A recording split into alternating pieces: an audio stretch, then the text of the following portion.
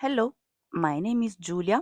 I'm an expat empath life coach, and I've lived extensively abroad now, probably more than 15 years, with my own fair share of chapters where I felt lonely, disconnected, by meeting people who ended up betraying me or being shallow acquaintances, or rather parasitic codependent relationships. I've had to select the people I wanted to have in my life very carefully. And I can happily share with you my story today as an expat in Spain and a lucky person who can say she has very good friends now in her life. A few weeks ago, I threw a party at my house where I invited all of the new good friends I had met over the last 2 years. And it wasn't a fancy party, there were no DJ, no band, but everyone had a great time, especially and mostly due to the fact that they enjoyed getting to know each other, meeting each other, as they are very interesting, good people.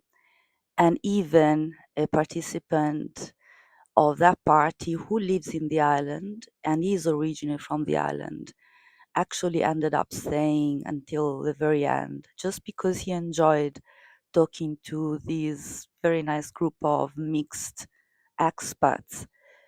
And I can share a little bit with you the story of how I finally managed to have really, really good friends in my life.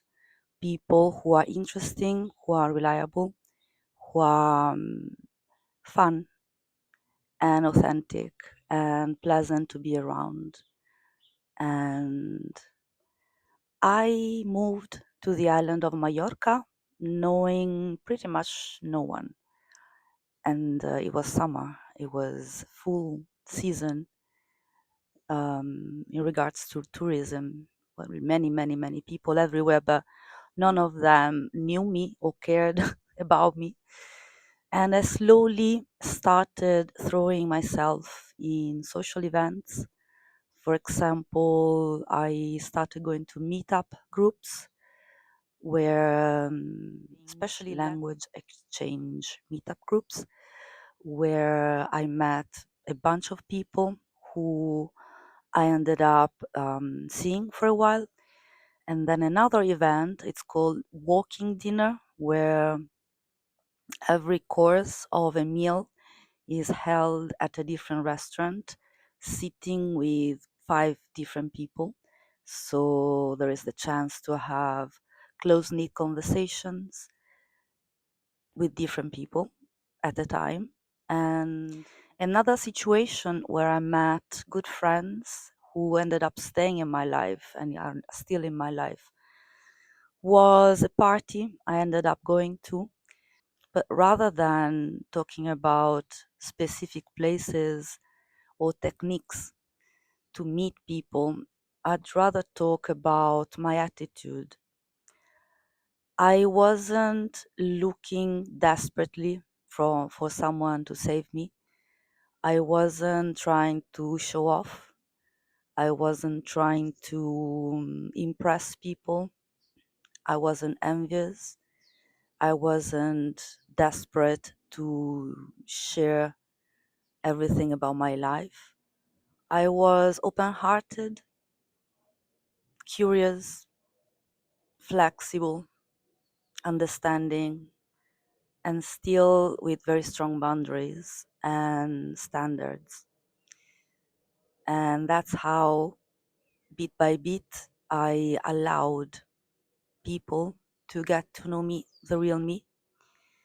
And these eventually led to the life I have now, where I have two groups of girlfriends and also very good individual friends, couples, that some of which don't even live in the island full time, but we share deeply. We went on holiday together. We invite each other over for dinner for situations. We help each other. We share deeply from the heart, but without the need to always talk about problems. There is fun, there is seriousness when necessary, there is honesty, and most of all, there is the absolute pleasure to have each other in our lives. In Italian, we say, those who find a friend find a treasure. And in order to treasure this immense privilege of being connected to really good people, the very important thing is to protect that relationship from toxicity, especially in the dynamic of a group when someone new shows unhealthy behavior. It is important to not allow that dynamic to affect the preciousness of the connection with the group. Absolutely fundamental, especially in girls' groups, to not allow unnecessary drama to take hold of the dynamic, competition, envy, unreliable people, codependency. These are all things we need to watch out for in ourselves and others.